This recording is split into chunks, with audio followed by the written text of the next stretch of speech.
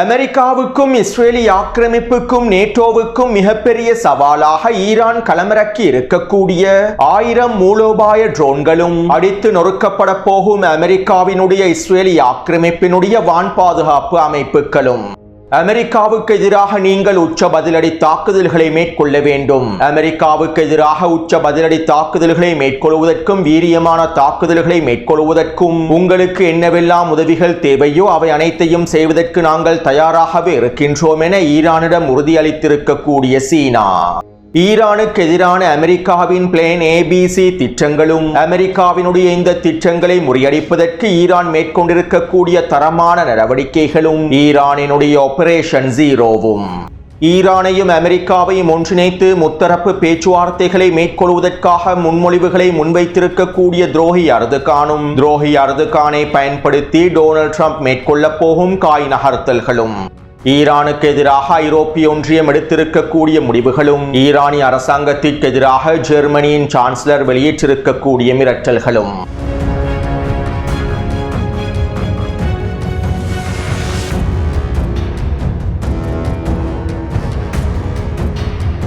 மத்திய கிழக்கு நாடுகளிலிருந்து அதிகளவான சரக்கு விமானங்களும் VIP விமானங்களும் ஐரோப்பாவை நோக்கி நகர்த்தப்படுகின்றன. மத்திய கிழக்கு நாடுகளிலே இருக்கக்கூடிய ஐரோப்பாவினுடைய ராஜதந்திரிகள் மற்றும் அவர்களுடைய குடும்ப உறுப்பினர்கள் அவசரமாக மத்திய கிழக்கை விட்டு வெளியேற்றப்பட்டு வருகின்றார்கள். ஈரானுக்கு எதிரான அமெரிக்காவினுடைய தாக்குதல்கள் மத்திய கிழக்கு பிராந்தியத்தில் மிகப்பெரிய போரை ஏற்படுத்த போவதாக ஐரோப்பிய நாடுகளுடைய உளவுத்துறைகள் மதிப்பிட்டிருப்பதனால் மத்திய கிழக்கில் இருக்கக்கூடிய அனைத்து ஐரோப்பிய ராஜதந்திரிகளையும் அவசரமாக வெளியேற்றி வருகின்றார்கள். அதே போன்று ஐரோப்பிய நாடுகளின் எந்த ஒரு விமானமும் ஈரானிய வான்பரப்பை பயன்படுத்தக்கூடாது என்றும் ஈரானிய வான்பரப்போடு சம்பந்தப்பட்டிருக்கக்கூடிய அனைத்து விமான சேவைகளையும் முழுமையாக நிறுத்திவிட வேண்டும் என்றும் ஐரோப்பிய ஒன்றியம் கட்டளையிட்டுள்ளது. அதே போன்று நேற்று இரவு நடைபெற்ற ஊடக சந்திப்பில் ஜெர்மனியின் சான்சலர் ஃபிரிட்ரிக் மெர்ஸ் இவ்வாறு தெரிவித்தார். நாங்கள் ஈரானுக்கு எல்லாவிதமான உச்ச அழுத்தங்களையும் வழங்க வேண்டும். எங்களால் எவ்வளவு முடியுமோ எல்லா பாதைகளையும் பயன்படுத்தி நாங்கள் ஈரானுக்கு உச்சழுத்தங்களை வழங்குவோம். தன்னுடைய அதிகாரத்தை பயன்படுத்தி ஈரானிய மக்களுக்கு எதிராக தாக்குதல்களை மேற்கொண்ட வன்முறைகளை மேற்கொண்ட ஈரானிய அரசாங்கத்தின் நாட்கள் எண்ணப்படுகின்றன. ஈரானிய அரச தலைவர்களுடைய நாட்கள் எண்ணப்படுகின்றன.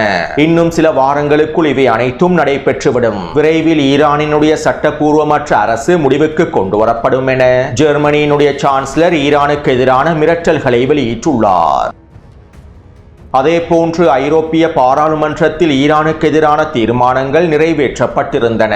மேலும் இந்த தீர்மானங்களுக்கு அமைவாக தற்போது ஒட்டுமொத்த ஐரோப்பிய ஒன்றியமும் ஐரோப்பிய நாடுகளும் ஈரானினுடைய IRGC குதுஸ் படைப்பிரிவை IRGC இராணுவத்தினை பயங்கரவாத பட்டியலில் இணைத்துள்ளார்கள்.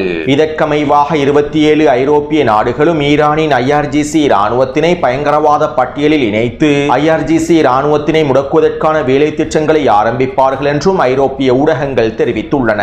மேலும் ஐரோப்பிய நாடுகளிலே இருக்கக்கூடிய IRGC இராணுவத்தோடு சம்பந்தப்பட்ட அனைத்து நிறுவனங்களையும் முடக்குவதற்கான முடிவுகளும் எடுக்கப்பட்டுள்ளன.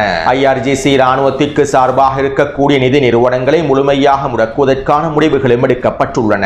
இவ்வாறு ஒட்டுமொத்த ஐரோப்பிய நாடுகளும் IRGC இராணுவத்தினை பயங்கரவாத பட்டியலில் இணைத்திருப்பது IRGC இராணுவத்திற்கு எதிரான தாக்குதல்களை சட்டப்பூர்வமாக்குவதற்காகும். மேலும் இவ்வாறு IRGC இராணுவத்தினை பயங்கரவாத பட்டியலில் இணைத்துக் கொள்வதன் மூலமாக IRGC இராணுவ தளங்களை இலக்கு வைத்தும் IRGC தளபதிகளை இலக்கு வைத்தும் தாக்குதல்களை மேற்கொள்ள முடியும். மேலும் இந்த தாக்குதல்கள் அனைத்தும் சட்டப்பூர்வமான தாக்குதல்களாகவே ஐரோப்பிய ஒன்றியத்தினால் பார்க்கப்படும். ஈரானுக்கு எதிரான தாக்குதல்களில் அமெரிக்காவுடன் நேட்டோவும் இணைந்து கொள்ளும். இதன்போது IRGC இராணுவ தளங்களை இலக்கு வைத்து நேட்டோ தாக்குதல்களை மேற்கொள்வதனை சட்டப்பூர்வமாக்குவதற்காகவும் ஈரானிய அரசாங்கத்திற்கு உச்சழுத்தங்களை வழங்குவதற்காகவுமே இவ்வாறான வேலை திட்டங்கள் முன்னெடுக்கப்பட்டுள்ளன. எனவே சுருக்கமாக குறிப்பிடுவதாக இருந்தால் ஒட்டுமொத்த ஐரோப்பிய நாடுகளும் தற்போது ஈரானுக்கு எதிராக களமிறங்கியுள்ளன. ஈரானுக்கு எதிரான தாக்குதல்களை மேற்கொள்வதற்கு அமெரிக்காவுக்கு முழுமையான ஆதரவை வெளிப்படுத்தியுள்ளார்கள். மேலும் ஈரானுக்கு எதிரான தாக்குதல்களில் நேரடியாகவும் களமிறங்கப் போகின்றார்கள்.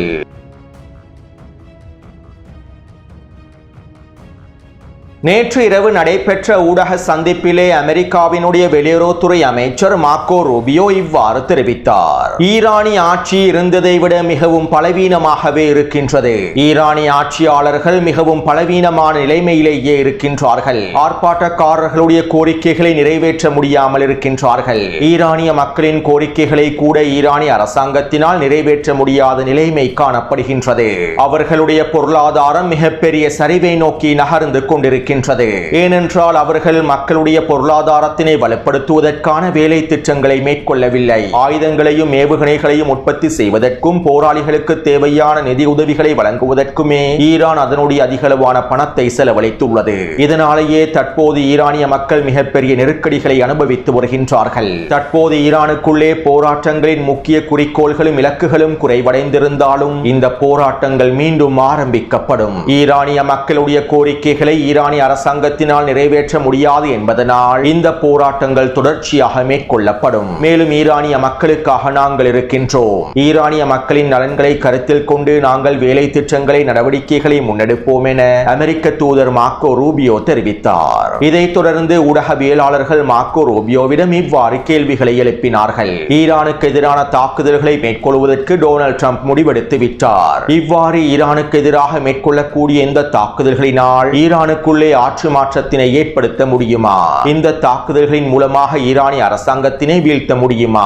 அவ்வாறு ஈரானிய அரசாங்கம் வீழ்த்தப்பட்டதற்கு பின்பு ஈரானினுடைய ஆட்சி அதிகாரங்களை யார் பொறுப்பேற்பார்கள் என அமெரிக்க ஊடகவியலாளர்கள் மார்க்கோ ரூபியோவிடம் கேள்விகளை எழுப்பினார்கள். இதற்கு அமெரிக்க வெளியுறவுத்துறை அமைச்சர் மார்க்கோ ரூபியோ இவ்வாறு பதில் வழங்கினார். எங்களுடைய தாக்குதல்களுக்கு பின்பு ஈரானிய அரசாங்கம் வீழ்ச்சியடைந்ததற்கு பின்பு ஈரானை யார் பொறுப்பேற்பார்கள் என்று எங்களுக்கு தெரியாது. ஈரானினுடைய தற்போதைய ஆட்சி அவர்களுடைய உச்ச தலைவருக்கு கீழால் வழிநடத்தப்படக்கூடிய IRGC இராணுவத்திற்கும் இடையிலேயே காணப்படுகின்றது. ஈரானிய உச்ச தலைவரும் அவருடைய ஆட்சியும் இராணுவமும் வீழ்ந்தால் ஈரானுக்குள்ளே அடுத்து என்ன நடக்கும் என்பதற்கான பதில்களை யாராலும் வழங்க முடியாது. ஏனென்றால் நாங்கள் 40 வருடங்களுக்கு மேலாக இருக்கக்கூடிய ஒரு அரசாங்கத்தை பற்றியே தற்போது பேசுகின்றோம். இதனால் ஈரானிய அரசாங்கம் வீழ்த்தப்பட்டதற்கு பின்பு ஈரானை யார் பொறுப்பேற்பார்கள் என்பது பற்றி யாராலும் பதில்களை வழங்க முடியாது. மேலும் இதற்கான பதில்களை வெற்றிடங்களை நிரப்புவதற்கான எல்லாவிதமான ஆய்வுகளையும் நாங்கள் மேற்கொண்டு வருகின்றோம். வெனிசுவேலாவில் நாங்கள் மேற்கொண்டதை விட இது மிகவும் சிக்கலானதாகவே உள்ளது. இதனால் நாங்கள் கவனமாக பல விடயங்களை பரிசீலனை செய்து வருகின்றோம் என மார்க்கோ ரூபியோ பதில் வழங்கியிருந்தார். அமெரிக்க வெளியுறவுத்துறை அமைச்சர் மார்க்கோ ரூபியோவினுடைய இந்த கருத்துக்களிலிருந்து அமெரிக்கா ஈரானிய உச்ச தலைவரையும் ஈரானிய IRGC இராணுவத்தினுடைய மிக முக்கியமான தலைமைகளையும் ஏனைய அரசியல் தலைமைகளையுமே குறிவைத்துள்ளது என்பதனை எங்களுக்கு உறுதிப்படுத்திக் கொள்ள முடியும். ஈரானிய உச்ச தலைவரை வீழ்த்தாமல் ஈரானிய அரசாங்கத்தினை வீழ்த்த முடியாது, ஈரானிய IRGC இராணுவத்தினை வீழ்த்த முடியாது என்பதனையே மார்க்கோ ரூபியோவும் சுட்டிக்காட்டியுள்ளார். வெனிசுவேலாவை போன்று ஈரானுக்குள்ளே எங்களால் செயற்பட முடியாது என்பதனையும் வெனிசுவேலாவை விட ஈரான் மிகவும் சிக்கலானது என்பதனையும் மார்க்கோ ரூபியோ ஒப்புக்கொண்டுள்ளார். அது மட்டுமல்லாமல் ஈரானிய உச்ச தலைவரை படுகொலை செய்ததற்கு பின்பு ஈரானிய IRGC இராணுவ தளபதிகளையும் தலைமை அதிகாரிகளையும் படுகொலை செய்ததற்கு பின்பு ஈரானிய அரசாங்கத்தினுடைய முக்கியமான புள்ளிகளை படுகொலை செய்ததற்கு பின்பு ஈரானை யார் பொறுப்பேற்பார்கள் என்பது தொடர்பாக எந்தவிதமான தெளிவையும் அமெரிக்கா இன்னும் கொண்டிருக்கவில்லை என்பதனையும் மார்க்கோ ரூபியோவினுடைய கருத்துக்கள் உறுதிப்படுத்துகின்றன. இதனால் அமெரிக்கா ஈரானுக்கு எதிராக பல திட்டங்களை நடைமுறைப்படுத்துவதற்கே முயற்சி செய்து வருகின்றது.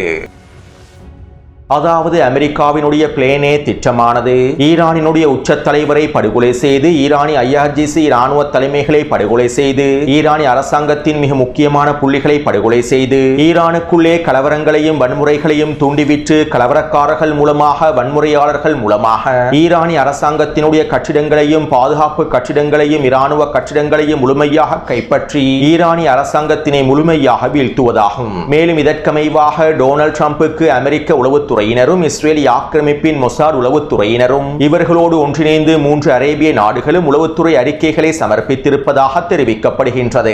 சுருக்கமாக குறிப்பிடுவதாக இருந்தால் ஈரானிய உச்ச தலைவரை படுகொலை செய்து ஈரானிய IRGC இராணுவத்தினுடைய முக்கியமான தளபதிகளை படுகொலை செய்து ஈரானுக்குள்ளே ஆர்ப்பாட்டங்களையும் வன்முறைகளையும் கலவரங்களையும் அதிகரித்து ஈரானிய அரச கட்டிடங்களை கைப்பற்றி இராணுவ கட்டிடங்களை கைப்பற்றி ஈரானிய அரசாங்கத்தினை முழுமையாக வீழ்த்திவிட முடியும் என்றும் இதற்கான வாய்ப்புகள் அதிகமாக உறுதியாகவே இருக்கின்றது என்றும் அமெரிக்க உளவுத்துறையும் இஸ்ரேலிய ஆக்கிரமிப்பின் உளவுத்துறையும் மிக முக்கியமாக மத்திய கிழக்கு பிராந்தியத்திலே ஈரானுக்கு அருகாமையில் இருக்கக்கூடிய 3 அரபு நாடுகளுடைய உளவுத்துறைகளும் டொனால்ட் ட்ரம்புக்கு மதிப்பாய்வு அறிக்கைகளை சமர்ப்பித்துள்ளார்கள். கடந்த ஜனவரி 14ஆம் திகதி ஈரானுக்கு எதிரான தாக்குதல்களை அமெரிக்கா பிற்படுத்தியது. ஈரானுக்கு எதிராக தாக்குதல்களை மேற்கொண்டாலும் ஈரானிய அரசாங்கத்தினை வீழ்த்த முடியாத நிலைமை காணப்படுவதனாலேயே ஈரானிய களத்தில் அமெரிக்காவினுடைய முசாட் உளவு பிரிவினுடைய தாக்குதல் திட்டங்களை நடைமுறைப்படுத்த முடியாத நிலைமை ஏற்பட்டதன் விளைவாகவே அமெரிக்கா இந்த தாக்குதலை பிற்படுத்தியது.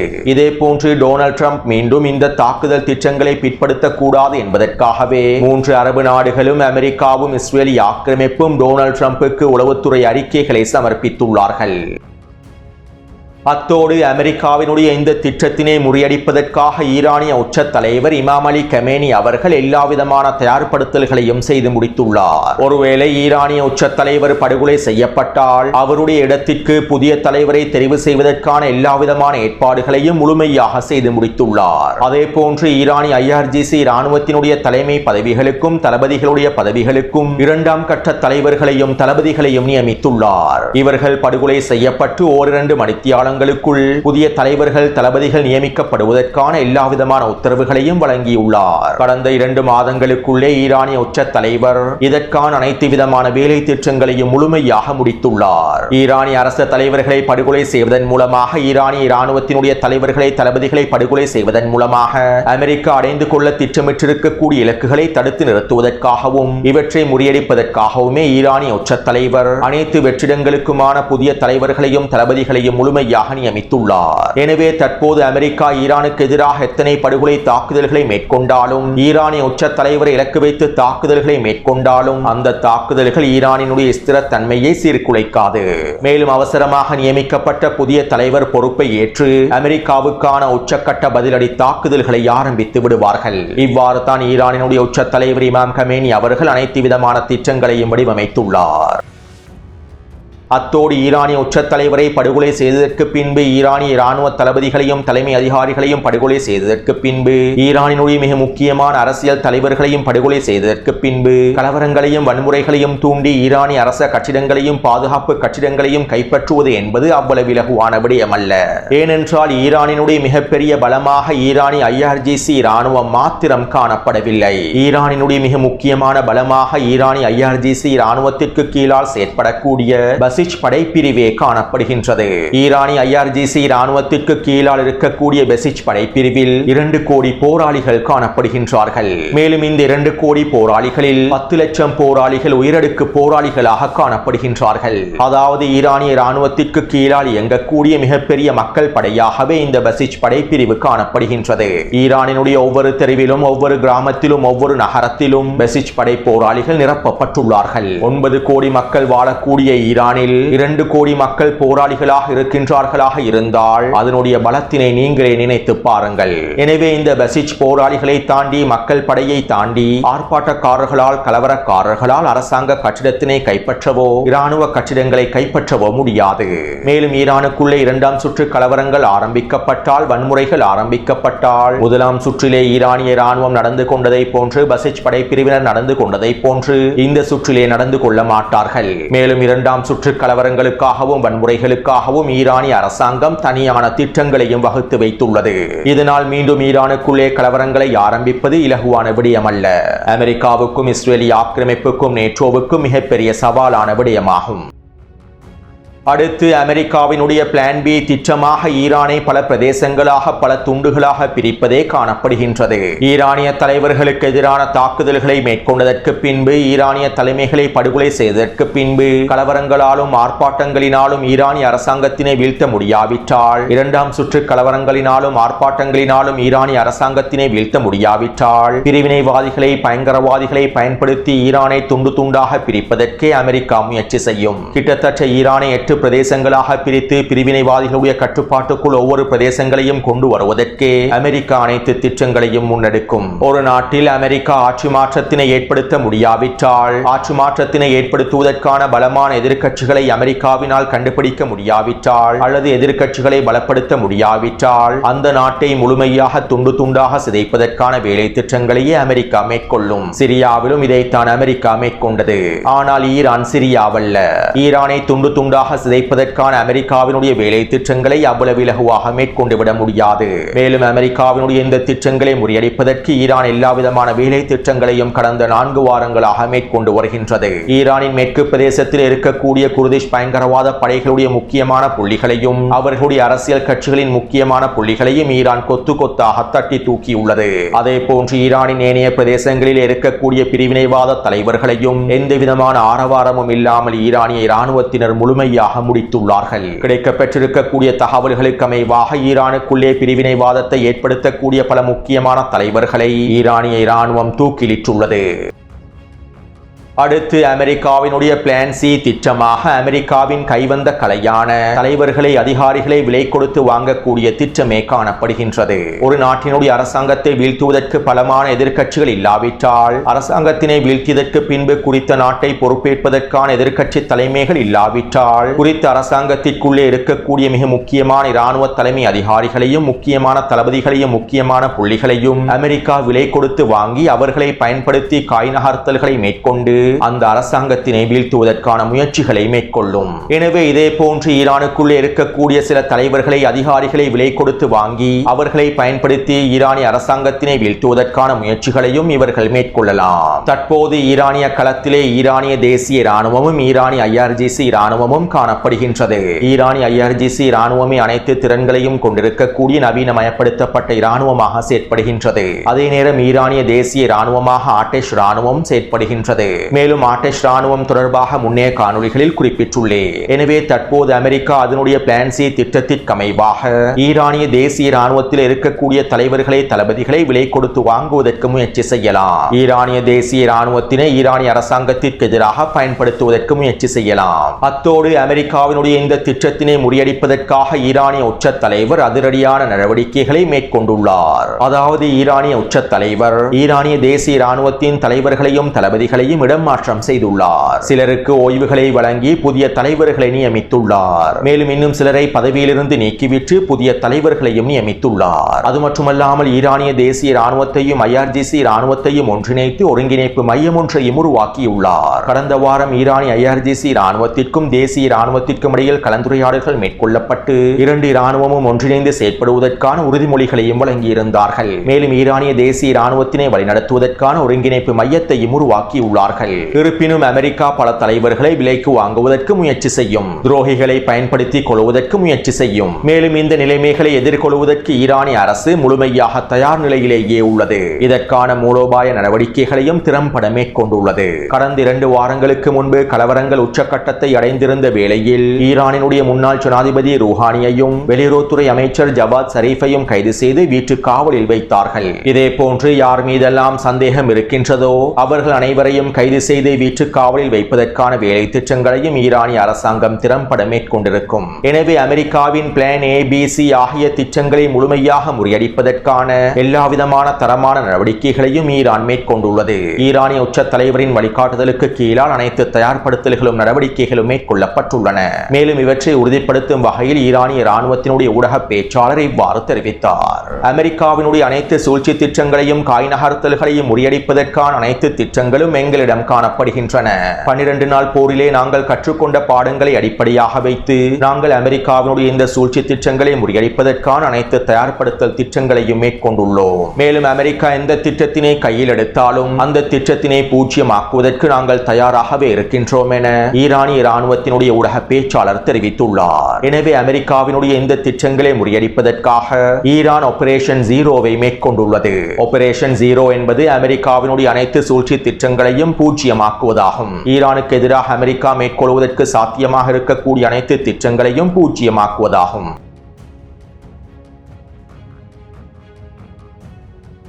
துரோகி அர்துகான் டொனால்ட் ட்ரம்புக்கு தொலைபேசி அழைப்பினை ஏற்படுத்தி ஈரான் தொடர்பான கலந்துரையாடல்களை மேற்கொண்டுள்ளார். இதன்போது அமெரிக்காவையும் ஈரானையும் துருக்கியையும் ஒன்றிணைத்து முத்தரப்பு பேச்சுவார்த்தைகளை மேற்கொள்வதற்கான முன்மொழிவு ஒன்றையும் துரோகி அர்துகான் டொனால்ட் ட்ரம்பிடம் முன்வைத்துள்ளார். இவ்வாறு தொலைபேசி கலந்துரையாடலின் போது துரோகி அர்துகானினால் முன்வைக்கப்பட்டிருக்கக்கூடிய முன்மொழிவை டொனால்ட் ட்ரம்ப் பாராட்டி இருப்பதாகவும் இதற்கான வேலை திட்டங்களை ஆரம்பிக்குமாறு கூறியிருப்பதாகவும் துருக்கிய ஊடகங்கள் குறிப்பிட்டுள்ளன.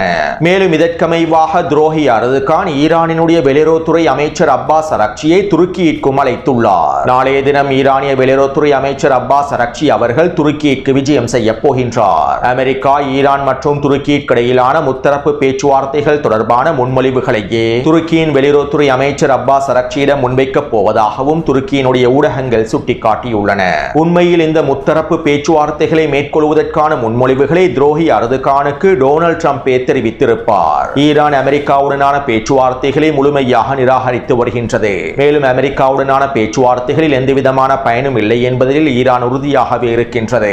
அதே போன்று ஈரானுக்கு எதிரான தாக்குதல்களை மேற்கொண்டு நாங்கள் சிக்கிக் கொள்வோமோ என்கின்ற பயமும் டொனால்ட் ட்ரம்புக்கு அதிகமாகவே இருக்கின்றது. இதனாலேயே தற்போது டொனால்ட் ட்ரம்ப் துரோகி அர்துகானை பயன்படுத்தி காய் நகர்த்தல்களை மேற்கொண்டு வருகின்றார். துரோகி அர்துகானை பயன்படுத்தி ஹமாஸினுடைய முதுகில் குத்தி டொனால்ட் ட்ரம்பினுடைய ஒப்பந்தத்திற்கு எவ்வாறு சம்மதிக்க வைத்தார்களோ அதே போன்றே தற்போது ஈரானுக்கு எதிரான காய் நகர்த்தல்களை மேற்கொள்வதற்காகவும் டொனால்ட் ட்ரம்ப் துரோகி அர்துகானை பயன்படுத்த முயற்சி செய்கின்றார். மேலும் இந்த சந்தர்ப்பத்திலே தன்னுடைய சுயலாபங்களை அடைந்து கொள்வதற்கே துரோகி அர்துகானும் திட்டமிடுவார். எனவே இதற்கமைவாகவே தற்போது நண்பர்களான டொனால்ட் ட்ரம்பும் துரோகி அர்துகானும் ஈரானை சிக்க வைப்பதற்கான காய் நகர்த்தல்களை முத்தரப்பு பேச்சுவார்த்தை என்கின்ற பெயரில் ஆரம்பித்துள்ளார்கள். மேலும் துரோகி அர்துகான் தொடர்பாக ஈரானுக்கு நன்றாகவே தெரியும். அதே போன்று அமெரிக்காவினுடைய நிபந்தனைகளையும் ஈரான் ஏற்றுக்கொள்ளப் போவதில்லை. இருப்பினும் ஈரானிய தலைமைகள் இந்த முத்தரப்பு பேச்சுவார்த்தைக்கு ஒப்புக்கொள்ளக் கூடாது. அடுத்து அமெரிக்காவுக்கு உச்ச பதிலடிகளை வழங்குவதற்கும் அமெரிக்காவுக்கு எதிரான தாக்குதல்களை மேற்கொள்வதற்கும் ஈரானுக்கு தேவையான அனைத்து விதமான உதவிகளை வழங்குவதற்கு நாங்கள் தயாராக இருக்கின்றோம் என சீனா ஈரானிய தலைவர்களிடத்திலே உறுதியளித்திருப்பதாக தகவல்கள் வெளியாகியுள்ளன. மேலும் இதற்கமைவாக தற்போது சீனா மேற்கத்திய தொழில்நுட்பத்தினை சமாளிக்கக்கூடிய மிக முக்கியமான தொழில்நுட்பங்களையும் ஈரானுக்கு பரிமாற்றம் செய்து வருவதாகவும் சீனாவினுடைய செயற்கைக்கோள் உதவிகளை முழுமையாக ஈரானுக்கு வழங்கி இருப்பதாகவும் தெரிவிக்கப்படுகின்றது. மேற்குலகின் தொழில்நுட்ப திறன்களுக்கு எதிராக செயற்படக்கூடிய திறன்கள் ஈரானிடம் காணப்படுகின்றன. மேலும் இவற்றுக்கு மேலதிகமாக சீனாவினுடைய உதவியும் கிடைக்கப் பெறுவது ஈரானினுடைய பலத்தை இருமடங்காக்கும். மேலும் தற்போதைய சூழ்நிலையில் சீனா எடுத்திருக்கக்கூடிய இந்த முடிவுகள் வரவேற்கக்கூடிய முடிவுகளாகவே பார்க்கப்படுகின்றன. ஈரானுக்கும் சீனாவுக்கும் இடையிலே மேற்கொள்ளப்பட்டிருக்கக்கூடிய பாதுகாப்பு ஒப்பந்தத்திற்கு அமைவாகவே இவ்வாறான வேலை திட்டங்களை சீனா மேற்கொண்டு வருவதாகவும் அமெரிக்க ஊடகங்கள் குறிப்பிட்டுள்ளன. அடுத்து இன்றைய தினம் ஈரானிய இராணுவம் 1000 மூலோபாய ட்ரோன்களை களமிறக்கியுள்ளது. இன்று நாங்கள் எங்களுடைய இராணுவத்தின் 4 படைப்பிரிவுகளுக்கு தேவையான 1000 மூலோபாய ட்ரோன்களை களமிறக்கியுள்ளோம். 12 நாள் போரிலே நாங்கள் பெற்றுக்கொண்ட அனுபவத்தை அடிப்படையாக கொண்டே இந்த 1000 மூலோபாய ட்ரோன்கள் உருவாக்கப்பட்டுள்ளன.